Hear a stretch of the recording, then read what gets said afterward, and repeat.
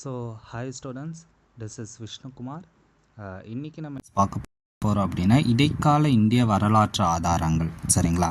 7th ஹிஸ்ட்ரியில் term 1ல் இருக்கிற first lesson sources of medieval India. So இந்த லெசனில் நம்ம என்னென்ன படிக்கணும், என்னென்ன டாபிக்ஸ் இருக்குது, சரிங்களா, இது எல்லாத்தையுமே பற்றி இந்த ஒரு யூடியூப் கிளாஸில் நம்ம பார்க்கலாம். சரிங்களா? ஸோ இதை பார்க்குறதுக்கு முன்னாடி நம்ம இதில் என்னென்ன புரிஞ்சுக்கணும் சார் அப்படின்னு நம்ம அதை பார்க்கலாம்.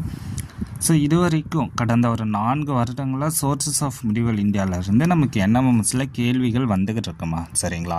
அப்போ என்ன பண்ணணும்னா இதை தெளிவாக படிக்கணும்.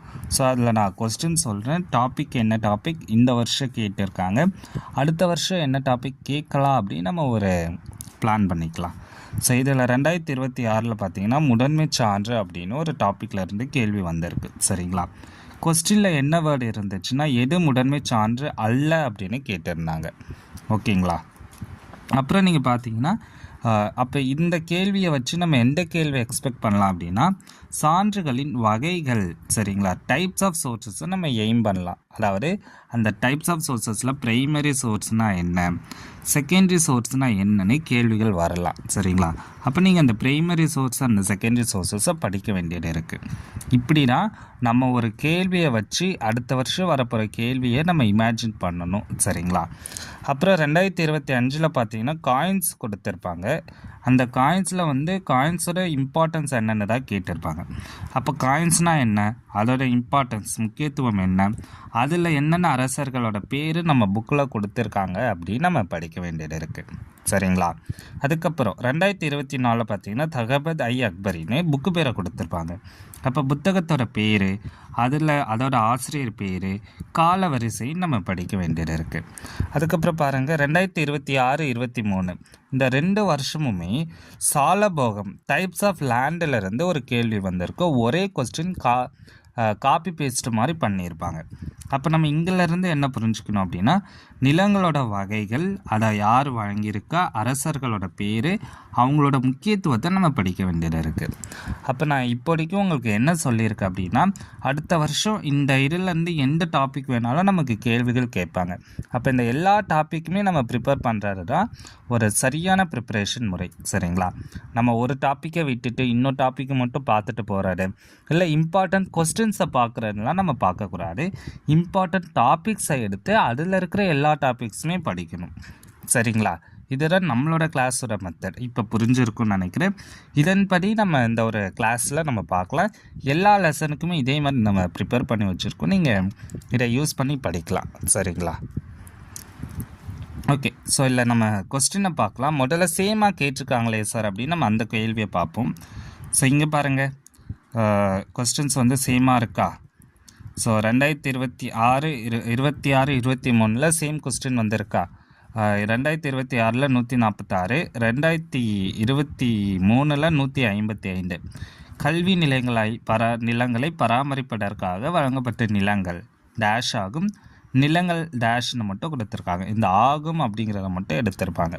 அப்போ இந்த மாதிரி நம்ம நிறைய கொஸ்டின்ஸ் வருது. அது எந்த மாதிரி வருது, எப்படி வருதுங்கிறத நம்ம புரிஞ்சுக்கிட்டு நம்ம படிக்க வேண்டியது இருக்குது. சரிங்களா? அப்போ இதே கேள்வியை தான் இப்போ நமக்கு போன இயர் இந்த டைம் மார்க் டெஸ்ட்லையுமே கேட்டிருப்பாங்க. அப்போ இந்த இதில் என்ன கேட்டிருக்காங்க அப்படின்னா இன்கரெக்ட் பேர் என்னன்னு கேட்டிருக்காங்க. ஸோ நம்ம மைண்ட் மேப்பில் இதை கொடுத்துருக்கோம். அப்போ நம்ம இதை எல்லாத்தையுமே படிக்கிறப்ப நம்மளால் ஒரு மார்க் எடுக்க முடியும். சரிங்களா? அப்போ மைண்ட் மேப்பில் என்னென்ன இருக்குது? வெள்ளன் வாகை அப்படின்னா என்ன லேண்டு?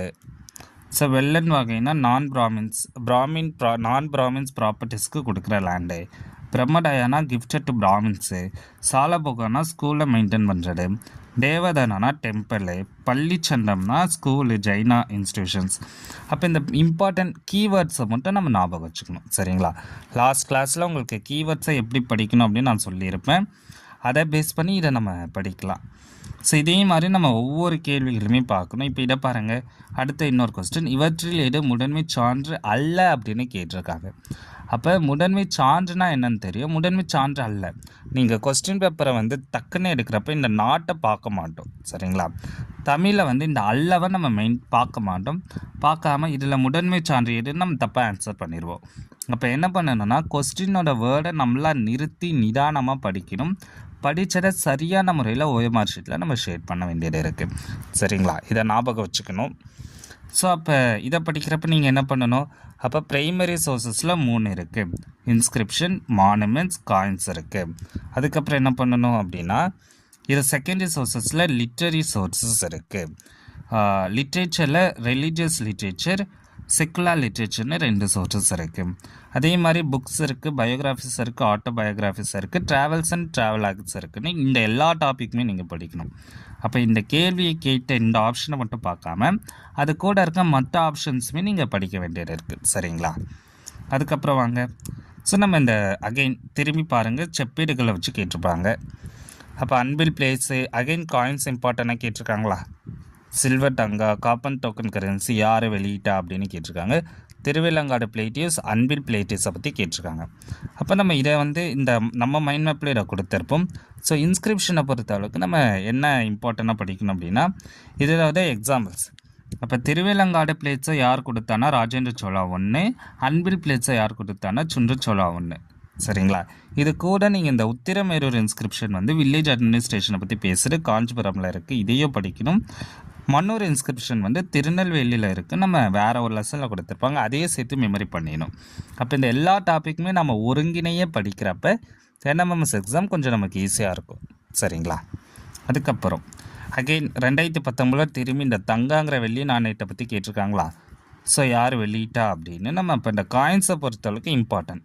இந்த இயர் டெஸ்ட்லேயுமே ஒரு 2 கொஸ்டின்ஸ் கேட்டிருப்பாங்க. அப்போ காயின்ஸை பொறுத்தளவுக்கு நீங்கள் இந்த எல்லா பாயிண்ட்ஸுமே ஞாபகம் வச்சுக்கணும். அப்போ முதல்ல இந்த காயின்ஸ் எதுக்கு சார் இம்பார்ட்டன்ட் அப்படின்னா, இது எக்கனாமிக் கண்டிஷனை பற்றி பேசுடுமா? சரியா, ஒரு எம்பையரோட எக்கனாமிக் கண்டிஷனை பற்றி காயின்ஸாக பேசும். சரிங்களா, ஏன்னா அந்த காயின்ஸை வச்சு தான் அவங்க பொருளாதாரத்தில் வாங்குவாங்க, பொருளை விற்பாங்க, அந்த மாதிரிலாம் பண்ணுவாங்க. அப்போ காயின்ஸ் இம்பார்ட்டன்ட். இப்போ நம்ம எப்படி நம்ம பொருளை வாங்குறதுக்கு காயின் பணத்தை யூஸ் பண்ணுமோ அந்த மாதிரி யூஸ் பண்ணுவாங்க. அப்போ எக்கனாமிக் கண்டிஷனுக்கு காயின் யூஸ் ஆகும். சரிங்களா, அப்போ அதை பற்றி தெரிஞ்சுக்கிறதுக்கு காயின் யூஸ் ஆகணும் கொடுத்துருக்காங்க. அதுக்கப்புறம் பார்த்தீங்கன்னா இதில் கிங்ஸோட அச்சீவ்மெண்ட்டெல்லாம் மென்ஷன் பண்ணியிருப்பாங்க. மிலிட்ரி, அவங்க எந்த நாட்டை போய் கைப்பற்றினாங்க, எவ்வளோ தூரம் அவங்களோட ஆட்சி இருந்துச்சு, அவங்க யார் யார் கூட வர்த்தகம் செஞ்சுருக்காங்க, அவங்களோட கடவுள் நம்பிக்கை என்ன, இது எல்லாமே அவங்க காயின்ஸை வச்சு நம்ம கண்டுபிடிக்கலாம். அப்போ இதை கேள்வியாக கேட்குறாங்கம்மா. ஸோ இங்கே கேட்டிருக்காங்களா, through coins we learn about எதை நம்ம கற்றுக்குறோம் அப்படின்னு. அப்போ நம்ம இந்த காயின்ஸை பேஸ் பண்ணி இருக்கிற எல்லா பாயிண்ட்ஸுமே படிக்கணும். ஸோ அடுத்த பாருங்கள் கோல்ட் காயின்ஸ். அப்போ கோல்ட் காயின்ஸை யார் வெளியிட்டா? முகமது கோரி. இதில் லக்ஷ்மியோட ஃபோட்டோ இருக்குதுன்னு சொல்லியிருக்காங்க. இது ஏர்லி டர்க்கிஷ் இன்வேடர்ஸை பற்றி பேசுகிறேன்னு சொல்கிறாங்க. இது ரிலீஜியஸ் அவுட்லுக்கில் அவங்க எப்படி இருந்தாங்கன்னு பேசுகிறாங்க. அப்போ இந்த பாயிண்ட்ஸ் இம்பார்ட்டன்ட். இதே மாதிரி காப்பர் ஜிட்டால்ஸை யார் கொண்டு வந்தானா? டெல்லி சுல்தான். காப்பர் ஜிட்டால்ஸ் ஒரு ஜிட்டால் 3.6 கிரைன்ஸ் ஆஃப் சில்வர் இருக்குது. 48 ஜிட்டால்ஸ் என்றது ஒரு சில்வர் தங்கா அப்படின்னு சொல்கிறாங்க. அப்போ இந்த பாயிண்ட்ஸ் இம்பார்ட்டன்ட். அதே மாதிரி சில்வர் தங்காவை யார் வெளியிட்டானா? இல்துமிஷ். கோல்ட் காயின்ஸை யார் வெளியிட்டானா? Alauddin Golgi. Copper token currency யார் வெளியிட்டானா? முகமது பின் துக்ளக். இது எதை சொல்லுது அப்படின்னா, இண்டிகேட்டிவ் காயினேஜை குறிக்குது, எக்கனாமிக் ப்ராஸ்பர்ட்டியை பற்றி குறிக்குதுன்னு நம்ம சொல்லியிருக்காங்க. அப்போ இந்த எல்லா பாயிண்ட்ஸுமே நம்ம தெரிஞ்சுக்க வேண்டியது இருக்குது. சரிங்களா, அப்போ இங்கே பாருங்கள், சில்வர் தங்காவோட வேல்யூ எவ்வளோ அப்படின்னு கேட்டிருக்காங்க. அப்போ இப்போ நான் சொன்னதை வச்சு நீங்கள் ஆன்சர் பண்ணலாம். ஸோ இங்கேயே ஆன்சர் இருக்குது. சரிங்களா, அப்புறம் பாருங்கள் புக்கோட பேர். அப்போ அக்பரோட ஆட்சியை பற்றி எந்த புக்கு அறிந்து கொள்ள யூஸ் ஆகுது அப்படின்னு கேட்குறாங்க. தபகத் அக்பரி. அப்போ இந்த புக்கோட நேம் அதே மாதிரி இங்கே பாருங்கள், இந்த மார்க் டெஸ்ட்டில் 4வது கொஸ்டினாக இதை கேட்டிருப்பாங்க. மின்காஜ் அஸ் சிராஜ், ஹசன் நிசாமி, ஜியாவுட்டின் பரணி, ஃபெரிஸ்டாலாம் என்னென்ன புக்கெலாம் எழுதியிருக்காங்க அப்படின்னு கேட்டிருப்பாங்க. இதை நம்ம ஒரு டேபிள் காலமாகவே கொடுத்துருக்கோம்.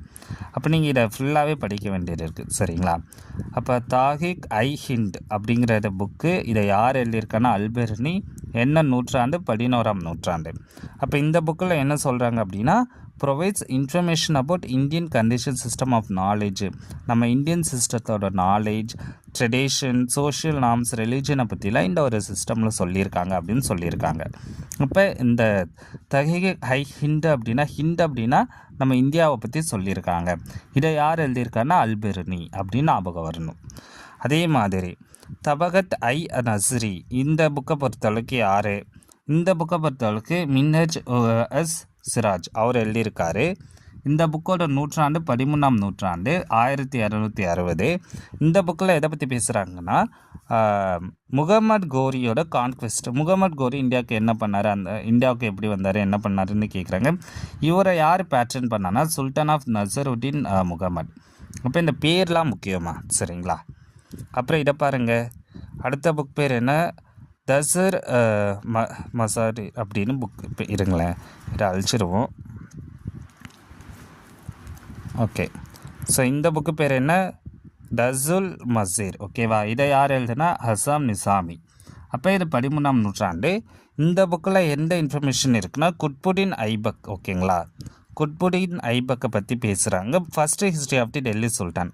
அப்போ டெல்லி சுல்தானை பற்றி பேசுகிற புக்கு பேர் என்ன அப்படின்னா இந்த ஒரு தசுல் மசீர். ஓகேவா? இதை யார் எழுதுனா ஹசான் நிசாமி. என்ன நூற்றாண்டு? 13ஆம் நூற்றாண்டு. இந்த அளவுக்கு உங்களுக்கு பாயிண்ட்ஸ் தெரியணும், சரிங்களா? அதே மாதிரி அடுத்த பாருங்கள், தரிக் ஐ ஃபிரோசாகி. ஓகேவா? இந்த புக்கை யார் எழுதுனா சியாவுட்டின் பரௌனி. ஓகேவா? இந்த நூற்றாண்டு 13ஆம். இப்போ ஏன் இந்த நூற்றாண்டு நம்ம பார்க்கணுன்னா நமக்கு வந்து ஒரு ஆட் ஒன் அவுட்டுன்னு ஒன்று கேட்பாங்கம்மா. அப்போ ஆட் ஒன் அவுட்டில் என்ன பண்ணுவாங்கன்னா 13ஆம் நூற்றாண்டு இருக்கிற புக்கு பேரோ இல்லை ஆத்தர் பேரையோ ஒன்றா கொடுத்துட்டு ஒன்றை மட்டும் வேறு மாதிரி கேட்கலாம். இப்போ 13ஆம் நூற்றாண்டு புக்கை பேரோ இல்லை ஆத்தர் பேரை கொடுத்துட்டு 14ஆம் நூற்றாண்டை ஒன்றை மட்டும் இன்க்ளூட் பண்ணலாம். அப்போ எதே ஆன்சர் நமக்கு தெரியணும். அதுக்கு படிக்கிறப்பே இப்படி படிக்கணும். ஓகேங்களா? அதே மாதிரி இதை பாருங்கள், இந்த ஒரு புக்கை பாருங்கள். இப்போ இந்த ஃபிரோசாகி புக்கில் யாரை பற்றி கொடுத்துருக்காங்க அப்படின்னா டெல்லி சுல்தானேட் ஃப்ரம் கஜினி கியாசுதீன் பால்பன். ஓகேவா? அவரை பற்றின லைக் இன்ஃபர்மேஷன்ஸ் இல்லை ப்ரொவைட் பண்ணுறாங்க. ஓகேவா? அப்போ அந்த புக்கு பேர் என்ன அப்படின்னு நம்ம தெரிஞ்சுக்க வேண்டியது இருக்குது. ஸோ இந்த புக்கு பேர் என்ன, வெயிட் அ மினிட். ஓகே, அப்போ இந்த புக்கு பேர் என்ன, Tarikh Firozshahi. It provides information from Delhi sultanate from Ghiyasuddin Balban. அதாவது டெல்லி சுல்தானேட்டோட இன்ஃபர்மேஷனை இருக்குது. அது எங்கே இருந்து இருக்குது அப்படின்னா ஹியாசுதீன் பால்பன் அந்த ஒரு இன்ஃபர்மேஷன்லேருந்து இருக்குது அப்படின்னு நமக்கு சொல்லியிருக்காங்க. ஸோ இது இம்பார்ட்டன்ட், சரிங்களா? அதே மாதிரி இதை பாருங்களேன். இப்போ புக்கு பேரை எப்படி ஞாபகம் வச்சுக்கணுன்னா இங்கே ஃபிரிஸ்டா இருக்கா, ஃபெரிஸ்டா 16ஆம் நூற்றாண்டு. ஸோ இந்த நூற்றாண்டு பேரை ஞாபகம் வச்சுக்கோங்க. கூட இந்த மாதிரி பேரை வந்து அப்படியே இப்போ படௌனி, தரிகை படௌனி அப்படின்னா படௌனி எழுதியிருப்பார். படௌனியை பற்றின வரலாறு 16ஆம் நூற்றாண்டு 1595 இதை பேரை ஞாபகம் வச்சுக்கோங்க. அப்போ தரிகை அக்பர் படௌனி. அப்போ இதில் என்ன அப்படின்னா இதில் அக்பரை பற்றி பேசுகிறாங்க அப்படின்னு சொல்கிறாங்க. அக்பரோட ரிலீஜியஸ் ஐடென்டிட்டி பாலிசி அதை பற்றி மட்டும் பேசுகிறாங்கன்னு சொல்கிறாங்க. ஆனால் பாபர் நாமா புக்கை பாபர் எழுதியிருக்காரு 15ஆம் நூற்றாண்டு. அக்பர் நாமாவை அக்பர் எழுதலை, அப்துல் ஃபாசல் எழுதியிருக்காரு. ஸோ இதை வந்து நம்ம ஞாபகம் வச்சுக்கணும். அப்போ பாபர் நாமா பாபர் நாமா பாபர் எழுதியிருக்காரு 16ஆம் நூற்றாண்டு. அக்பர் நாமாவை அக்பர் எழுதலை, அபுல் ஃபசல் எழுதியிருக்காரு, சரிங்களா? அதுக்கப்புறம் துஸ் ஐ ஜஹாங்கிரி இதை எழுதினது ஜஹாங்கீர். அப்போ அந்த பேரே வருதா, எந்த ஆத்தர் எழுதியிருக்காங்களோ அந்த ஆத்தர் பேர். ஓகேவா? 17ஆம் நூற்றாண்டு. அப்போ தபகத் ஐ அக்பரி, நிசாருதீன் அஹ்மத். ஓகேங்களா? நல்லா புரிஞ்சுக்கோங்க. இப்போ நான் சொன்ன பேர் உங்களுக்கு ஞாபகம் வருதா என்னன்னு தெரியல. பட் இந்த மெட்டீரியலை யூஸ் பண்ணி நான் இப்போ சொன்ன மாதிரி யார் யார் புக்கு வந்து அவங்களே எழுதியிருக்காங்க அந்த பேரை நல்லா ஞாபகம் வச்சுக்கோங்க. மீதி இருக்கிறதா அந்த புக்கு பேர். இப்போ ஹிந்து அப்படின்னா நம்ம இந்தியாவை பேர் ஹிந்து, லைக் ஹிந்து நாடுன்னு சொல்கிறாங்களா, அப்போ நம்ம இந்தியா அப்படின்னு ஞாபகம் வச்சுக்கலாம். அந்த மாதிரி நம்ம ஒரு கீவேர்டு மாதிரி நம்ம படிக்கிறதுக்கு யூஸ் பண்ணப்போ ஈஸியாக இருக்கும், சரிங்களா? ஸோ இதுக்கப்புறம் மானுமெண்ட்ஸ்.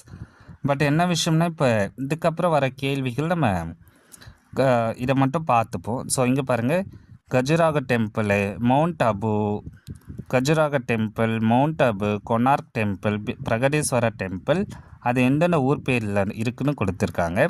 இதை வந்து நம்ம பாயிண்டில் இப்படியே கொடுத்துருக்கோம், சரிங்களா? விட்டலான் விருபாக்ஷ டெம்பிள் ஹம்பியில் இருக்குது. மிடிவல் கஜுராஹோ டெம்பிள் மத்திய பிரதேஷில் இருக்குது. டெம்பிள்ஸ் இன் கொனார்க் வந்து ஒடிசாவில் இருக்குது. அதுக்கப்புறம் டில்வாராங்கிறது மவுண்ட் அபு ராஜஸ்தான். அப்போ டெம்பிள்ஸ் இன் தஞ்சாவூர் பிரகதீஸ்வரா. அப்போ இது எல்லா பாயிண்ட்ஸுமே நீங்கள் ஞாபகம் வச்சுக்கோங்க, சரிங்களா? கொஸ்டின்ஸ் கேட்குறாங்க. அதே மாதிரி வெனிஸ் நாட்டை சார்ந்த ட்ராவலர் பேர் என்னன்னு கேட்டிருக்காங்க, மார்க்கோ போலோ. ஸோ இதெல்லாம் நான் எல்லா கிளாஸ்லையுமே உங்ககிட்ட நான் சொல்லிக்கிட்டு இருக்கேன். மார்க்கோ போலோங்கிறாரு 13ஆம் நூற்றாண்டில் இந்தியாவுக்கு வந்திருக்காரு. அவர் ஒரு வெனிட்டியன் ட்ராவலர். பாண்டி கிங்டமை விசிட் பண்ணியிருக்காரு. காயல்ங்கிற பிளேஸை 2 டைம் பார்த்துருக்காரு. காயல்ங்கிறது காயல்பட்டினம், இது வந்து தூத்துக்குடியில் இருக்குது. சரிங்களா? இதில் அவரை பொறுத்தளவுக்கு என்னென்னா 100 குதிரைகள் வந்து அரேபிய நாடுகளுக்கு போயிருக்கு. இந்த வேர்டு அப்படியே மாற்றாமல் கேட்பாங்கம்மா. சரிங்களா? According to him thousands of horses were imported into southern India by sea from Arabia and Persia. இது இம்பார்ட்டன்ட். இதுக்கு முன்னாடி NMMSல கேட்டிருக்காங்க. சரிங்களா? ஸோ நம்ம இதை படிக்க வேண்டியது இருக்குது. சரிங்களா? அடுத்த பாருங்கள், travelogue of Ibn Battuta. Ibn பட்டூராவோட ட்ராவலர் பேர் என்ன அப்படின்னு கேட்டிருக்காங்க. ஸோ இபன் பட்டூரா ரிக்லா. ஸோ இங்கே ரிக்லான்னு இருக்கா. ஸோ அப்போ இவரோட வாழ்க்கை வரலாறை பற்றி நம்ம தெரிஞ்சுக்கணும். அப்போ இபன் பட்டூரா வந்து ஒரு அரப் நாட்டை சார்ந்தவர். அரப் போன் மொராக்கோ, அதாவது அரப் நாட்டை சார்ந்தவர். மொரக்கோ ஸ்காலர். இவர் 14வது செஞ்சுரியில் வந்து பார்த்துருக்காரு. இவரோட ட்ராவலாக் பேர் ரிக்லா. இந்த ஒரு புக்கில் வந்து என்ன அப்படின்னா, அவர் எந்தெந்த பிளேஸ்க்கு போயிருக்காரோ அந்த பிளேஸை பற்றின புக் பேர். அதே மாதிரி இந்த புக்கில் இருந்து நம்ம என்ன தெரிஞ்சுக்கலாம்னா, இந்த 3 பாயிண்ட்டை தெரிஞ்சுக்கலாம். எகிப்ட் வந்து ரிச்சாக இருந்திருக்கு. சிட்டி ஆஃப் டெல்லி வந்து ஒரு மேக்னிஃபிஷன்ட் சிட்டியாக இருந்திருக்கு. கேஸ்ட் சிஸ்டம் வந்து இந்தியாவில் இருந்திருக்குன்னு சொல்லியிருக்காரு. அதே மாதிரி இந்த புக்கு மூலயமா தான் நமக்கு சுல்தான் முகமது பின் துக்ளக் வந்து என்ன பண்ணியிருக்காருன்னா, அவரோட கேபிட்டலை டெல்லியிலேருந்து தேவகிரிக்கு மாற்றிருக்காரு. தேவகிரிங்கிறது தௌலதாபாத். ஓகேவா? இவர் வந்து என்ன நினைக்கிறார் அப்படின்னா, கன்வெர்ட்டிங் சிட்டி இன்ட்டு டெசர்ட்னு நினைக்கிறார். ஓகேவா? அதாவது இந்த பிளேஸை மாற்றுறதுனால மட்டும் அந்த ஒரு இடத்த நம்ம டெசர்ட்டாக பாலைவனமாக மாற்றலாம் அப்படின்னு நினச்சிருக்காரு. ஸோ இதை நம்ம தெரிஞ்சுக்கணும். ஸோ இதே மாதிரி இட்டாலியன் ட்ராவலர் வந்து யார் விஜயநகர் 1420 விசிட் பண்ணான்னு கேட்டிருக்காங்க. ஸோ சென்ச்சுரி வைஸ் இந்த 3 பேர். அப்போது சென்ச்சுரி வைஸ் இந்த 3 பேர் விசிட் பண்ணியிருக்காங்க. Alberuni, Marco polo, Ibn bhatura.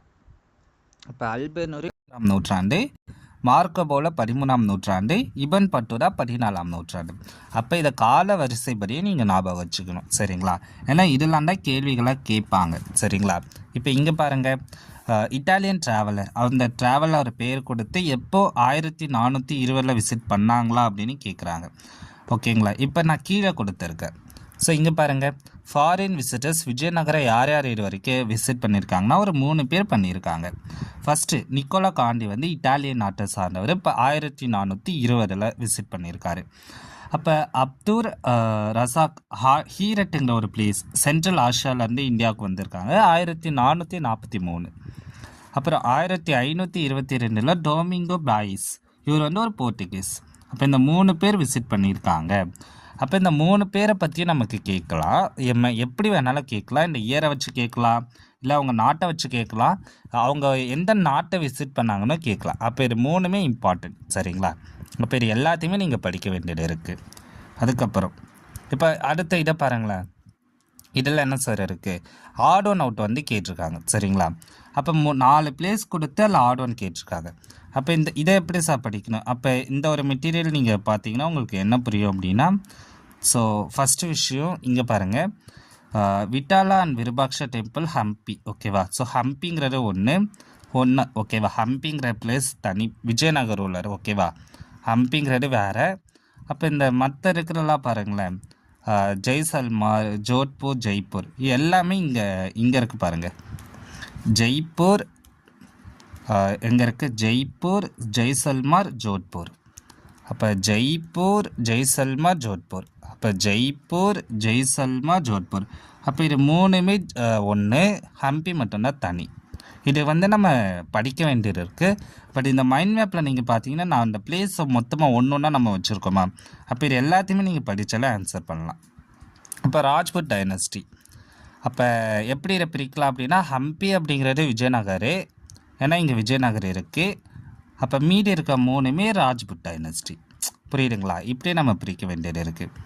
அதுக்கப்புறம் பாருங்கள், தபகத்தோட மீனிங் கேட்குறாங்க. இப்போ நம்ம புக்கு பேர் பார்த்தோம்ல, அப்போ அதில் என்ன சார் புக்கு பேர் வந்து தபகத்து, தசுக்கு என்னென்னமோ கொடுத்துருக்காங்க.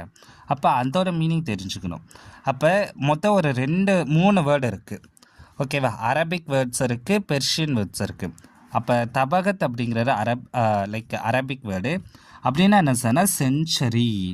அப்போ செஞ்சுரினா நான் காமிச்சல 13ஆம் நூற்றாண்டு 14ஆம் நூற்றாண்டு அதை குறிக்கிறது. அப்போ தகீக் அப்படின்னா ஹிஸ்ட்ரி. அப்போ தரிக் அப்படின்னு கொடுத்து அவங்க பேர் கொடுத்தாங்கன்னா அவங்களோட வரலாறுன்னு அர்த்தம். தசுக்னா ஆட்டோபயோகிராஃபி, அவங்களோட வரலாறு அவங்களே எழுதிப்பாங்க. அப்போ இந்த 3 மீனிங் முக்கியம், சரிங்களா. அப்போ தபகத்னா செஞ்சுரிக்கு அப்புறம் எழுதினாரு, அந்த மாதிரி நிறைய மீனிங் வரும், நம்ம அப்பப்போ அதை பார்க்கலாம். அப்போ தரிக் அப்படின்னா ஹிஸ்ட்ரி. அப்போ இந்த மீனிங் முக்கியம், சரிங்களா, இதை பார்த்துக்கோங்க. அதே மாதிரி அடுத்த பாருங்கள், which of the following Krishnadevarayar கூட ரிலேட் ஆகிருக்கு அப்படின்னு கேட்குறாங்க. ஸோ எது கிருஷ்ணதேவராயர் கூட ரிலேட் ஆகியிருக்கு? அப்போ நம்ம மைண்ட் மேப்பில் பார்த்துருப்போம், விஜயநகர எம்பையரில் கிருஷ்ணதேவராயர் கூட அமுக்த் மலையாடா மட்டும்தான் லிங்க் ஆகிருக்கும்.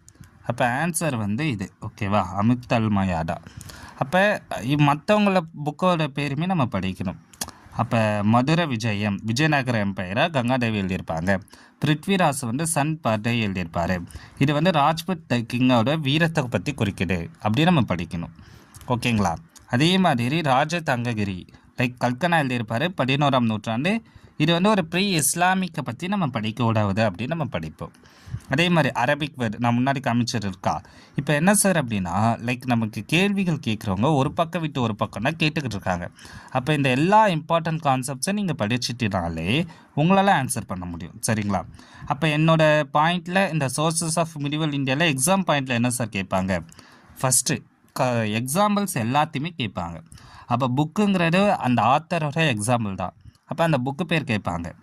அப்புறம் அவங்க எப்படி ஒரு நாட்டுக்கு போனாங்க, என்ன பண்ணாங்க, எக்ஸாம்பிள்ஸ் முக்கியம். அதே மாதிரி கீவேர்ட்ஸ் முக்கியம், காலவரிசை முக்கியம், அந்த டேர்ம் முக்கியம், ஓகேவா. தசுக்னா என்ன, தரிக்னா என்ன அப்படின்னு நம்ம அந்த சொற்கள் முக்கியம். அப்புறம் இந்த ஆதாரங்களோட வகைகள் முக்கியம். ஸோ நான் இங்கே கீழே கொடுத்துருக்கேன்னா வெயிட் அ மினிட், ஆதாரங்கள், primary sources, inscription, monuments, coins தமிழ்லையுமே இங்கே கொடுத்துருக்கேன். அதே மாதிரி இல்லை செகண்டரி சோர்சஸில் லிட்ரேச்சர், ரிலீஜியஸ், செக்குலர், புக்ஸோட பேர் என்ன அப்படின்னு கொடுத்துருக்கு. அப்புறம் மைண்ட் மேப். ஸோ இதோட கொஸ்டினுக்கான செஷன் முடியுது. அப்போ இந்த ஒரு லெசனில் நம்ம இந்த மாதிரி பாயிண்ட்ஸில் நம்ம படிக்க வேண்டியது இருக்குது, சரிங்களா. அப்போது இந்த ஒரு பாயிண்டில் நீங்கள் இந்த ஒரு லெசனை பார்த்துட்டு அப்புறம் நீங்கள் மைண்ட் மேப் எடுக்கிறப்போ இல்லை உங்கள் ஸ்கூல் புக் எடுக்கிறப்ப எது இம்பார்ட்டன்ட் தெரியும். அப்போ இது வரைக்கும் பார்த்தீங்கன்னா காயின்ஸ்லேருந்து கொஸ்டின்ஸ் வந்திருக்கு, டைப்ஸ் ஆஃப் சோர்ஸஸ்லேருந்து வந்திருக்கு, புக்ஸோட பேர் வந்திருக்கு, லேண்டோட பேர் வந்திருக்குன்னா எல்லாத்தையுமே புக்கில் இருக்கிற எல்லாத்தையுமே படிக்கணும். ஸோ இதை மட்டும் நீங்கள் முதல்ல இம்பார்ட்டன்ஸ் கொடுத்து இந்த பிடிஎஃப் யூஸ் பண்ணி நீங்கள் நல்லா படிங்க. அதுக்கப்புறம் அடுத்தடுத்த லெசன்ஸை நம்ம நல்லாவே படிக்கலாம், சரிங்களா. அப்போ சோர்சஸ் ஆஃப் மிடிவல் இந்தியாவில் இது மட்டும்தான் இப்போதைக்கு எக்ஸாம் பாயிண்டில் கேட்டிருக்காங்க. இதை நீங்கள் நல்லாவே படிங்க, சரிங்களா. டவுட் இருந்தால் நீங்கள் கேளுங்க, நான் ஆன்சர் பண்ணுறேன். Thank you, students.